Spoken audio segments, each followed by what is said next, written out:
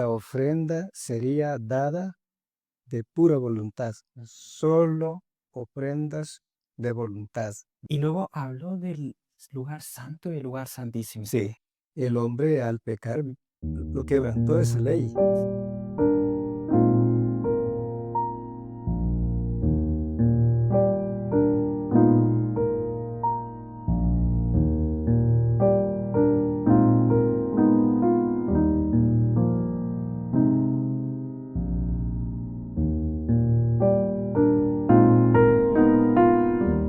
Estimados oyentes, les damos la bienvenida a Cuéntame Más, un espacio donde, bien saben, nos dedicamos al estudio de las Escrituras, de la Biblia concretamente, mensaje que Dios tiene para cada uno de nosotros. Lo hacemos de una manera sencilla, fácil de entender, para que da igual cuándo y cómo nos están escuchando, puedan seguir de manera fácil y sencilla el mensaje que Dios tiene para cada uno de vosotros. Por eso en el episodio anterior estuvimos hablando acerca de cómo Dios dio un mensaje fundamental e importante para su pueblo, y es los 10 mandamientos, cómo les ha pedido que ellos vivan. Sin embargo, en el episodio de hoy, vamos a ver con nuestro invitado de hoy el deseo que tuvo Dios para con su pueblo. Antes de todo, quiero dar la bienvenida al pastor Eduardo Lain. Bienvenido. Gracias, hermano Javier. Gracias por la oportunidad que nos ha concedido nuevamente de venir y participar aquí con nosotros en Cuéntame Más, para poder analizar los pasajes que Dios tiene para nosotros. Amén. Hermano Eduardo, hemos estudiado en el episodio anterior acerca de los 10 mandamientos, un mensaje fundamental que Dios le ha dado a su pueblo acerca de esa ley moral. Exacto. Sin embargo, analizando los textos, vemos que él tuvo un deseo más, no solamente de entregar los 10 mandamientos y la ley, sino que un deseo especial para con su pueblo. ¿Cuál era este? El Señor siempre ha querido tener una comunión estrecha con su pueblo, con cada uno de nosotros, como lo tuvo en el Edén antes de la caída de nuestros primeros padres, que se sentaban, conversaban, y pues ya después de la caída no pudo, eso se perdió, pero el Señor siempre ha prometido estar espiritualmente en medio de su pueblo y en su pueblo, es decir, no solamente en medio, sino en el corazón de sus hijos. Y ese deseo pues lo ha expresado, y la palabra del Señor dice que nosotros somos templo del Espíritu de Dios. Entonces ese es el deseo, que el Señor quiere habitar con nosotros y en nosotros. Tal vez citaremos algún versículo. Sí, por favor. En Éxodo 25, allí hallamos las instrucciones que el Señor dio para hacer un santuario. Y una de las cosas que se destacan aquí dice que la ofrenda sería dada de pura voluntad, solo ofrendas de voluntad de la persona, de corazón, dice aquí. Y luego, pues allí están los materiales. Algunos eran muy caros, como el oro, la plata, pero luego habían otros como el cobre, pero habían piedras también preciosas entre los materiales y muchas otras cosas más. Pero en el verso 8, el Señor les dijo así: hacerme han un santuario y yo habitaré entre ellos. Entonces el Señor quería convivir con su pueblo. Y Él mismo hoy, ¿no? Él quiere convivir con su pueblo. Donde quiera que se invoque su nombre, con reverencia y fe, allí está Él. Donde estén 2 o 3 reunidos, dijo el Señor Jesús, allí estaré yo. Sí. Y eso es muy valioso. Qué bonito, ¿no? Este mensaje, el deseo de que un ser todopoderoso, rey del universo, creador de todo, no nos trate únicamente como una creación más, sino que deseaba vivir en medio de su pueblo. Exacto. Y en nuestro día también, hoy día, el Señor quiere vivir en nuestros corazones. Entonces, quiero que vosotros, nuestros oyentes, nos dejéis en comentarios qué es lo que creéis que significa que Dios viva en medio de nosotros. ¿Qué significa ese deseo de que Dios quería vivir en medio de su pueblo? ¿Y qué significa eso tanto para nosotros, para nuestros corazones, como para nuestros propósitos? Entonces, dejarlo allí en comentarios y hacernos saber qué es lo que entendéis a través de estas palabras. Sin embargo, hermano Eduardo, cuando ya hablamos de la presencia de Dios en el medio de su pueblo, hablamos de un lugar físico, ¿no? Es decir, de un edificio, podríamos decir. Bueno, edificio, hablamos de un santuario, mencionó. Exacto. ¿Cómo era este santuario? ¿En qué parte se dividía? ¿Cómo, si tendríamos que esquematizarlo, cuál sería el plano de este santuario? Sí, quizás resumirlo en palabras, Ujú. porque desde el capítulo 25 hasta el capítulo 40, que son 15 capítulos, y todavía pasa Levítico hasta el capítulo 10, está todo el santuario y su servicio. Cuando se habla del santuario y su servicio, se habla de la construcción, comenzando desde la preparación de los materiales, sí, hasta la inauguración, cuando ya se estableció también el sistema del sacerdocio. Ujú. Entonces, pero es muy práctico entenderlo, porque estaba en un espacio abierto Ujú. y luego allí en el Sinaí prácticamente, y la puerta principal del atrio Ujú. estaba en la parte norte Sí. y estaba rodeado de cortinas a la mediana altura del santuario, ¿no? Se podía ver de todos lados el santuario. Y las cortinas colgaban de las barras que era sostenido por columnas de hierro. Ujú. Y tan pronto se entraba, allí estaba el altar del holocausto, ¿vale? Así se le llamaba, Ujú. aquella estructura metálica con una parrilla como de 2 metros de largo y de ancho y unos 50 de alto, porque había un sacrificio de animales grandes. Sí, sí, sí. Y abajo, pues ahí caía la ceniza y ahí se recogía y ahí se hacía ese ceremonial con las ofrendas que llevaba el pueblo. Diferentes ofrendas, holocaustos, ofrendas de paz y ofrendas del pecado. Es lo que más resalta aquí es estos capítulos. Pues allí se ofrecía. Pero más adelante, si hablamos de las cosas que ya habían, estaba se puede decir como una fuente donde los sacerdotes se lavaban los pies, las manos, antes de ofrecer el sacrificio y antes de entrar al santuario. También tiene gran significado, cómo es Dios cuidadoso con la salud y con la pulcritud, todo sentido, tanto físico como espiritual.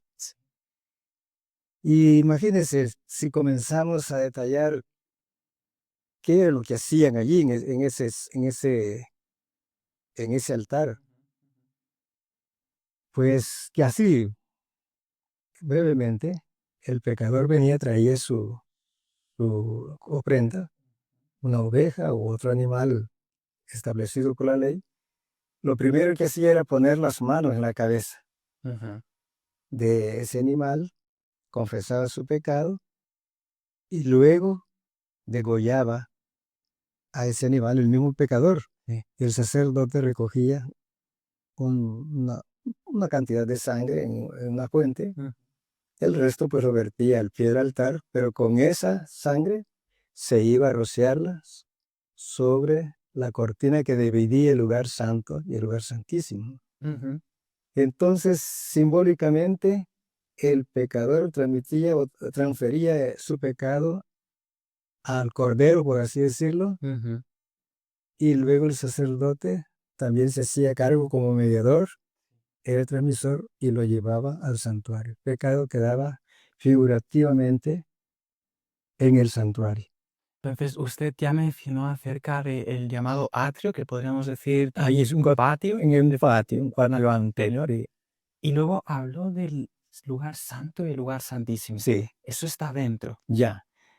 El propio santuario en sí solo consistía en 2 departamentos, el lugar santo y el lugar santísimo. Cuando ya se pasaba del atrio y se entraba al lugar santo, al lado norte estaba la mesa de los panes de la propiciación. eran 12 panes en pilas de 6. Toda la semana ese pan estaba allí y el sábado se renovaba. Simbólico también, sí. Simboliza a Cristo, simboliza el sustento que Dios nos da, tanto espiritualmente como físicamente, ¿no? ¿Sí? Luego, hacia el sur estaba el candelabro, con sus 7 brazos. Ese candelabro nunca podía quedar, aunque sea un brazo, tenía que estar encendido, pero nunca se debía apagar. No hubo un momento que se apagara, porque era la única fuente de iluminación, porque ese santuario no tenía ventanas, era cerrado. Y entonces se iluminaba con el candelabro y se purificaba con el incienso del altar, ¿no?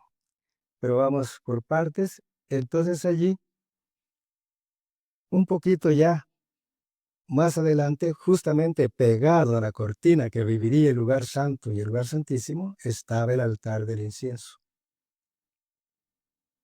Y el apóstol Pablo, cuando habla en Hebreos 9, que allí escribe, el verso 4 lo pone en el lugar santísimo. Sí. Dice que en el lugar santísimo estaba el incensario de oro. Pero realmente no estaba dentro, sino que estaba justamente pegado ya a la cortina. Y la cortina no cerraba hasta arriba, sino que quedaba un espacio. Sí. Entonces por allí subía el humo del incienso y purificaba los dos sitios, los dos lugares. Y eso pues lo hacían todos los días, en la mañana y en la tarde. Era el tiempo de oración del pueblo, porque simbólicamente con el humo del incienso subían las oraciones de ellos. Sí, sí. Y que simbolizaban también los méritos de Cristo. Entonces es interesante, dice los comentarios, ¿no? Y es real porque la Biblia así lo presenta, que era el momento que el sacerdote común estaba más cerca del arca. Del arca. Cuando él ofrecía allí, y en el momento que se elevaba el humo del incienso, la gloria del Señor descendía sobre el propiciatorio del arca. Estaba dentro del lugar santísimo. Entonces, en ese momento, el sacerdote quedaba impresionado. Tan cerca estaba la presencia de Dios, pero no la podía ver. Claro. Y a veces la gloria del Señor también inundaba el lugar santo y el sacerdote tenía que salir hasta afuera del santuario, no podía estar ahí. Sí. Entonces era el momento más emocionante, más importante en el servicio del sacerdocio común. Luego, pues ya de esa cortina de la cual hemos hablado, donde estaba el altar del incienso, se encontraba pues el arca del pacto de madera de sitín, dice la Biblia, forrada con oro, pero el propiciatorio era una sola pieza de oro puro. Sí. Entonces dentro estaba la ley de Dios.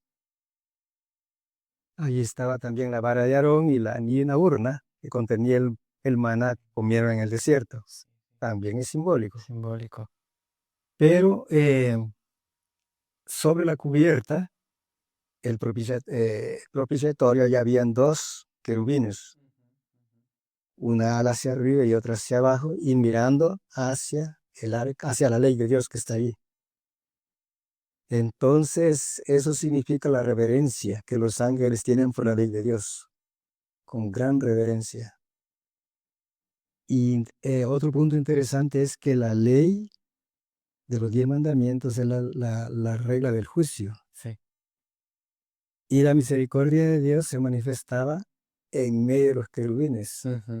Entonces allí estaba representado en miniatura el trono de Dios y los principios de su gobierno, justicia y misericordia. Sí.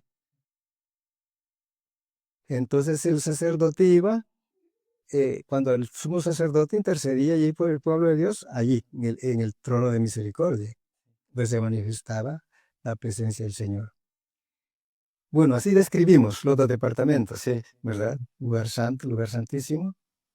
Lugar santo, ya dijimos, la mesa de los panes, el candelabro, el altar del incienso y en el lugar santísimo, el arca, el arca, el arca que contenía los 10 mandamientos, que era lo más importante de todo el santuario, eran los 10 mandamientos. Sí, sí, totalmente. Eso era.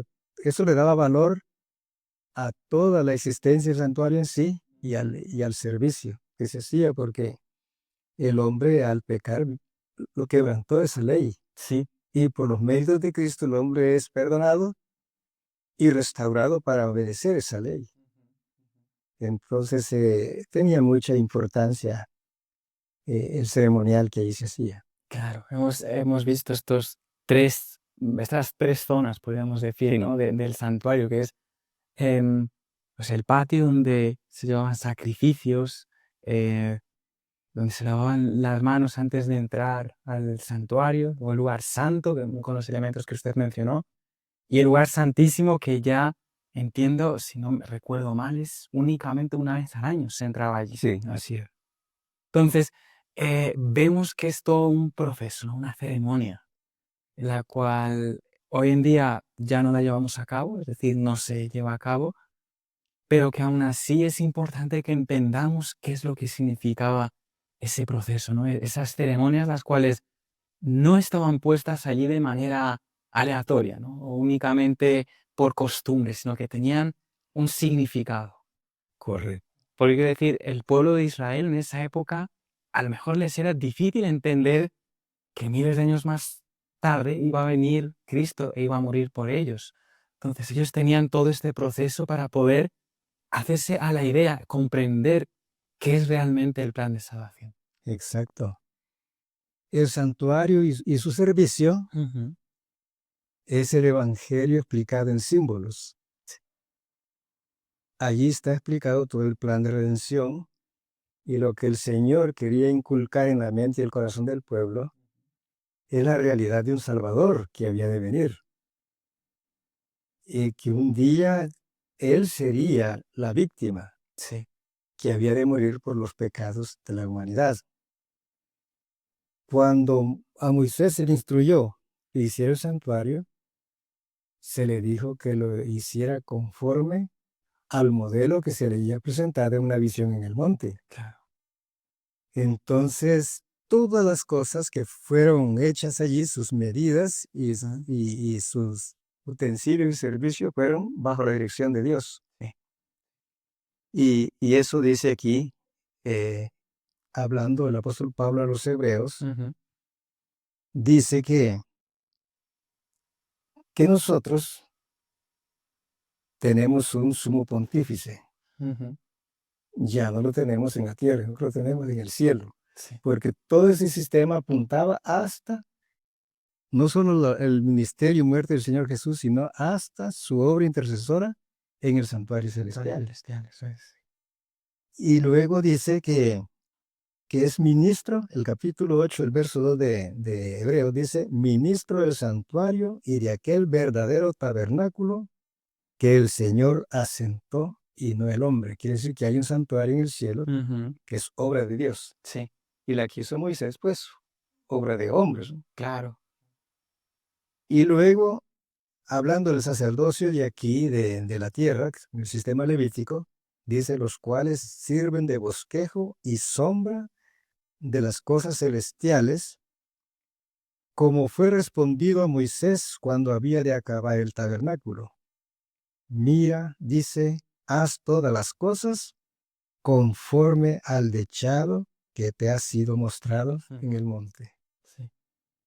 Entonces, el santuario terrenal era una réplica en miniatura Ujú. del santuario celestial. Sí. Y cuando Cristo ascendió después de los 40 días de estar con sus discípulos, después de su resurrección, el apóstol habla aquí y dice así, dos versículos, Hebreos 9, 23 y 24. Fue pues necesario que las figuras de las cosas celestiales fuesen purificadas con estas cosas, empero las mismas cosas celestiales con mejores sacrificios que estos. Porque no entró Cristo en el santuario hecho de mano, figura del verdadero, sino en el mismo cielo, para presentarse ahora por nosotros en la presencia de Dios. Entonces, el santuario terrenal era figura del verdadero, pero Cristo cuando ascendió, entonces fue a oficiar en el verdadero que ya existía en el cielo. Y es allí donde nuestros ojos tienen que ir dirigidos, ¿no? Sí. Nuestra fe, nuestra devoción va dirigida al santuario celestial, porque allí es donde Él está todavía trabajando a favor de nosotros, de nuestra salvación. Y todo lo podemos entender por lo que dice el apóstol Pablo aquí. Bueno, entendemos por lo que dicen todos sus capítulos, largos capítulos de Éxodo y Levítico, pero el capítulo 9 de Hebreos es claro, ¿no? Habla también el apóstol hablando de forma particular en qué se hacía en cada departamento. Sí. Hasta que llegamos al punto de que Cristo es el sacerdote, el sumo sacerdote que está por nosotros. Así que es muy, muy emocionante entender este tema, cómo se entrelazan el conocimiento de los apóstoles basados en las descripciones del Antiguo Testamento, armonizan y se ve con claridad cómo se ha llevado adelante el plan de salvación, explicado con símbolos. Y quienes han podido creer y aceptar, no han perdido el rumbo, pueden ver a Jesús donde realmente está hoy. Y saber de que Él intercede por nosotros, que en nuestras oraciones Él las recibe y las presenta al Padre, y ya no con nuestros méritos, sino con los méritos perfectos de Él, nos da garantía de que si creemos en Jesús como nuestro Salvador, pues Él es nuestro abogado, sí, es nuestro intercesor. Sí, de hecho, estudiando hace poco, bueno, en la escuela misionera, me acuerdo que nos explicaban los profesores que ahora a nosotros nos es fácil entender la muerte de Cristo, lo que ha significado para nosotros. Sin embargo, claro, para el pueblo de Israel, como era algo que iba a suceder en el futuro, que no había nada escrito. Nosotros ahora tenemos la Biblia, podemos entenderlo. A ellos les costaba entender eso. Entonces, para ellos era una descripción gráfica acerca de lo que iba a pasar. Entonces, podían entender de ese modo qué era el plan de salvación, qué pasos tenían que seguirse. Y me acuerdo la explicación que se nos dio acerca de que Cristo vino aquí a la tierra y Él fue sacrificado igual que los corderos eran sacrificados en el atrio del santuario. Entonces ya después pudo pasar al lugar santo y finalmente, pues ahora en el lugar santísimo para interceder por nosotros. Vemos que todo tiene una relación directa, lo que pasaba en el antiguo Israel con lo que realmente está pasando ahora allí en el cielo. Exacto. Es una obra maravillosa. Y lo que quiero ahora, hermano Eduardo, que nos explique un poco es acerca de los trabajadores que se dedicaban a trabajar allí en el santuario. Porque hemos visto los muebles que habían, hemos visto los pasos que se seguían. Sin embargo, quiero que nos cuente un poco acerca de quién se encargaba de hacer todo eso. Sí, eran 12 tribus, pero Dios escogió a la tribu de Leví. Y para para el sacerdocio, la casa de Aarón. Los sacerdotes tenían que venir de la descendencia de Aarón. Pero para los servicios del santuario eran los otros levitas, pero la misma tribu de Leví. Pues habían una tribu para recoger las cortinas, sí, cuando se tenían que levantar el campamento. Otros cargaban las barras los postes o parales que sostenían todo el encortinado. Sí. Otros las maderas, y los sacerdotes llevaban el arca. El sacerdote la cargaba. Sí. El arca era cargada por el sacerdote. Pero también los músicos, dice que también eran los levitas. Levitas también, levitas. Entonces la tribu de Leví no recibió heredad en la repartición que hizo Josué, porque Dios dijo que no, que el privilegio que le daba era su heredad.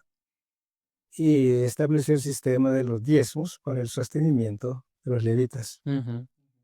Entonces ellos se encargaban y no, los levitas no podían tocar el arca. No, era asunto solo de los sacerdotes. A pesar de que tenían el privilegio de poderse ocupar en otros asuntos del santuario, el tabernáculo, con la ley con el arca no tenían permiso. Entonces de esa manera el Señor proveyó que esa tribu fuese dedicada exclusivamente para el servicio del santuario, limpieza y todo lo que fuera posible hacer afuera, adentro, alrededor. Ellos eran, y especialmente en el traslado. Sí. Mencionó aquí una cosa, dos grupos de personas. Están los levitas, que eran generalmente cualquier miembro de la tribu de Leví se encargaba de tareas a lo mejor cotidianas, limpieza del templo, música, los músicos, demás. Y luego habla de la figura de los sacerdotes, que eso ya era específicamente de la familia de Aarón. Porque, bueno, los levitas, me acuerdo que están los coatitas, gersonitas, meraitas también, eran los encargados de, pues, lo que mencionó usted, recoger los diferentes elementos del templo, excepto el arca de la alianza. Sin embargo, entiendo que también era diferente la vestimenta de cada uno de ellos, de los levitas, de los sacerdotes. Sí, también era diferente. El sacerdote común, porque así se le llama, para hacer la diferencia con el sumo sacerdote. Ese es otro. Él llevaba una vestimenta de lino blanco, fino, pero ya el sumo sacerdote iba con una indumentaria que lo distinguía. Llevaba, aparte de la túnica blanca de lino, el sacerdote común llevaba una capa muy bordada, Sí. y una faja, y sobre eso llevaba el efod, que era más corto, Sí. y luego llevaba aquí incrustadas 2 piedras con los nombres de las tribus de los hijos de Israel, y luego venía el pectoral o racional, racional de culto, así le llaman, que era la medida de un palmo cuadrado aquí, y sostenido aquí con unas argollas de oro, y allí también estaban los nombres. Y eran piedras preciosas. Piedras preciosas, sí, en línea de 3, y ahí están las descripciones, cada piedrita de cierta clase, no estaban repetidas, Sí. las 12 piedras, y representaban pues al pueblo de Israel, y el símbolo es que lo llevaba contra su corazón. Sí. Esa expresión significa que el sumo sacerdote tenía que, en representación de Cristo, amar, apreciar ese pueblo que estaba bajo su dirección, llevarlo en su corazón y hacer todo lo mejor posible para ser un fiel mediador entre Dios y ese pueblo. Y eso significa igual que Cristo nos lleva en su corazón. Sí. Cristo, en el capítulo 13 de San Juan, que relata la última cena, ahí dice, ¿no?, que Cristo los amó a sus discípulos y amólos hasta el fin. No hubo un momento que dejara de amar el Señor a sus discípulos allí, los siguió amando y nos sigue amando a nosotros. Sí. Entonces Él lo ha demostrado con su muerte, que no hay otra prueba mayor que esa, que Él ha muerto por nosotros y nos lleve en su corazón. Entonces tenía que, y como tesoro, como piedras preciosas, Sí, claro. el estímulo que debemos de tener, que nos considera como joyas hermosas. Entonces usted ahora además hace la distinción entre los sacerdotes, el sumo sacerdote. Sí. Era únicamente uno, no habían varios. Uno. ¿Y qué función especial tenía él que le hacía ser sumo sacerdote? Había una actividad que él hacía que los demás sacerdotes no lo hacían. Estaba el servicio diario, ¿no? Servicio diario era todos los días. El pecador venía y como ya dijimos, entonces allí estaban los sacerdotes comunes que recibían la sangre de la ofrenda y hacían el ceremonial que ya dijimos, rociar la sangre sobre el velo, sobre la cortina que dividía los dos departamentos. Y también podía hacerlo el sumo sacerdote, también se ocupaba, podía estar todo el año sin hacer nada, también podía hacerlo. Pero cuando llegaba el 10º día, el 7º mes del calendario litúrgico del judío, entonces allí era donde le tocaba una obra especial al sumo pontífice, que se llamaban. Entonces el capítulo 16 de Levítico explica el, el, el orden, el reglamento, cómo debía de hacerse. Y se elegían 2 machos cabríos, se hacía votación. El que saliera electo para el pueblo se iba a ocupar para purificar el santuario, porque esa era una acción, un rito exclusivamente para purificar el santuario. Y el otro que no era elegido, dice que era para Azazel, ¿se entiende? Que es Azazel, Satanás. Entonces el sumo pontífice se preparaba, hacía ofrendas, sacrificios para él personalmente, su familia, y cuando estaba bien preparado, él podía entrar. Habían unas campanitas de granadas y en el borde de su vestimenta, sí, que se oía cuando él caminaba y el pueblo estaba atento, porque si no sonaban, tardaban mucho en estar adentro, ellos temían que podía haber muerto y podía venir un juicio sobre el pueblo. Por falta de confesión algo Sí, eso sí, y que o él haya entrado no preparado. Muy solemne. Entonces, con la sangre de ese macho cabrío electo para el pueblo, se hacía el ceremonial igual, se rociaba la sangre sobre el propiciatorio, sobre todos los muebles y utensilios, y después el sacerdote salía a la puerta del tabernáculo, ponía las manos sobre la cabeza del macho cabrío elegido para Sacel, y es como que depositara todos los pecados que estaban allí simbólicamente retenidos en el santuario, y ese macho cabrío se iba a botar al desierto por un hombre escogido, donde no pudiera regresar, que se muriese de sed. Sí. Y así con ese ceremonial quedaba libre tanto el pueblo como también limpio el santuario. Simbólicamente, claro, simbólicamente, ¿no? Entonces, eso tenía pues un símbolo en el ministerio del Señor Jesús, porque eso iba señalando el ministerio sacerdotal de Cristo en el santuario celestial. Sí es verdad que en el sistema levítico de un solo día, para nosotros es un periodo de tiempo, Sí. ¿verdad? Sí. Las profecías del libro de Daniel, el Señor a través del ángel Gabriel le dijo a Daniel, ¿no? Le dice hasta 2300 tardes y mañana y el santuario será purificado. Sí. Entonces está hablando del santuario celestial. Y alguien dice, pero ¿cómo va a estar contaminado el santuario celestial? Está contaminado porque los ángeles han llevado nota de todos los pecados que los hijos de Dios han cometido aquí. Y la obra de purificar el santuario significa un juicio, investigar los expedientes, si se ha arrepentido, si su pecado ha sido borrado, y entonces si se ha arrepentido, pues es borrado. Y eso significa la purificación. Se denota, dice, esta persona sí pecó, porque ¿quién ha vivido en esta tierra y no ha pecado? Todo.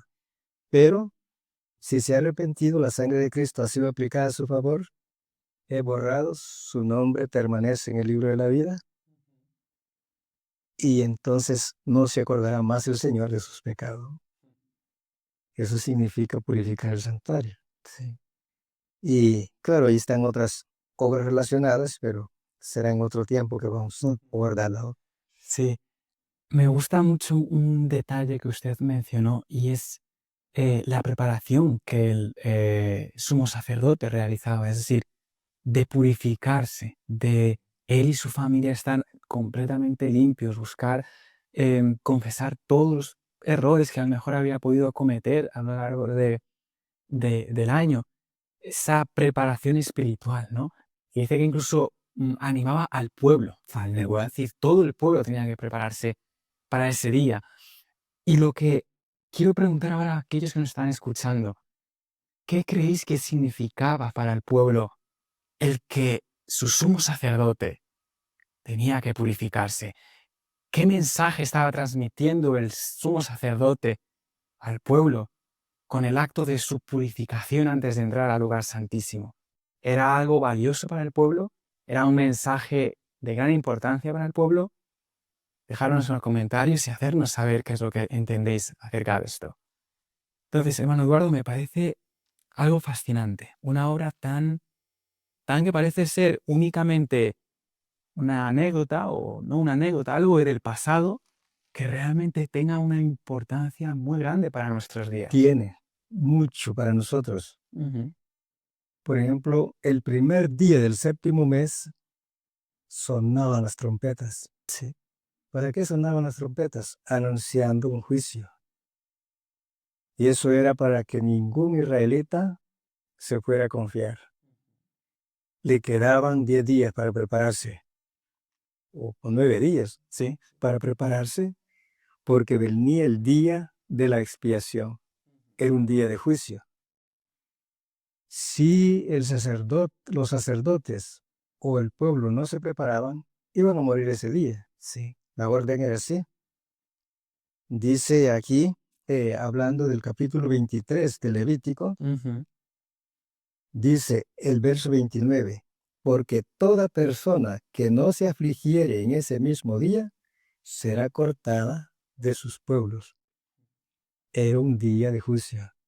Entonces todos tenían que afligir sus corazones, confesar sus pecados, examinarse para ver si no había algo que pudiese ofender al Señor, porque la vida estaba en juego.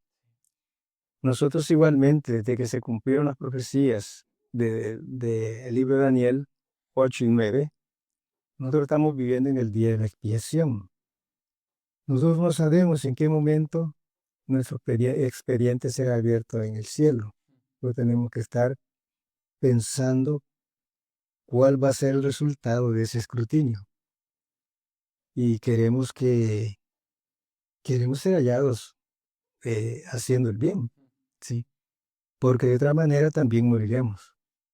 Sí es verdad que no se nos va a aplicar ahí, pero cuando Cristo venga, se notará que la diferencia que no estuvimos preparados.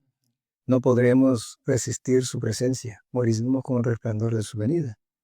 Y nosotros queremos recibirlo en gloria, con alegría, que es nuestro Salvador.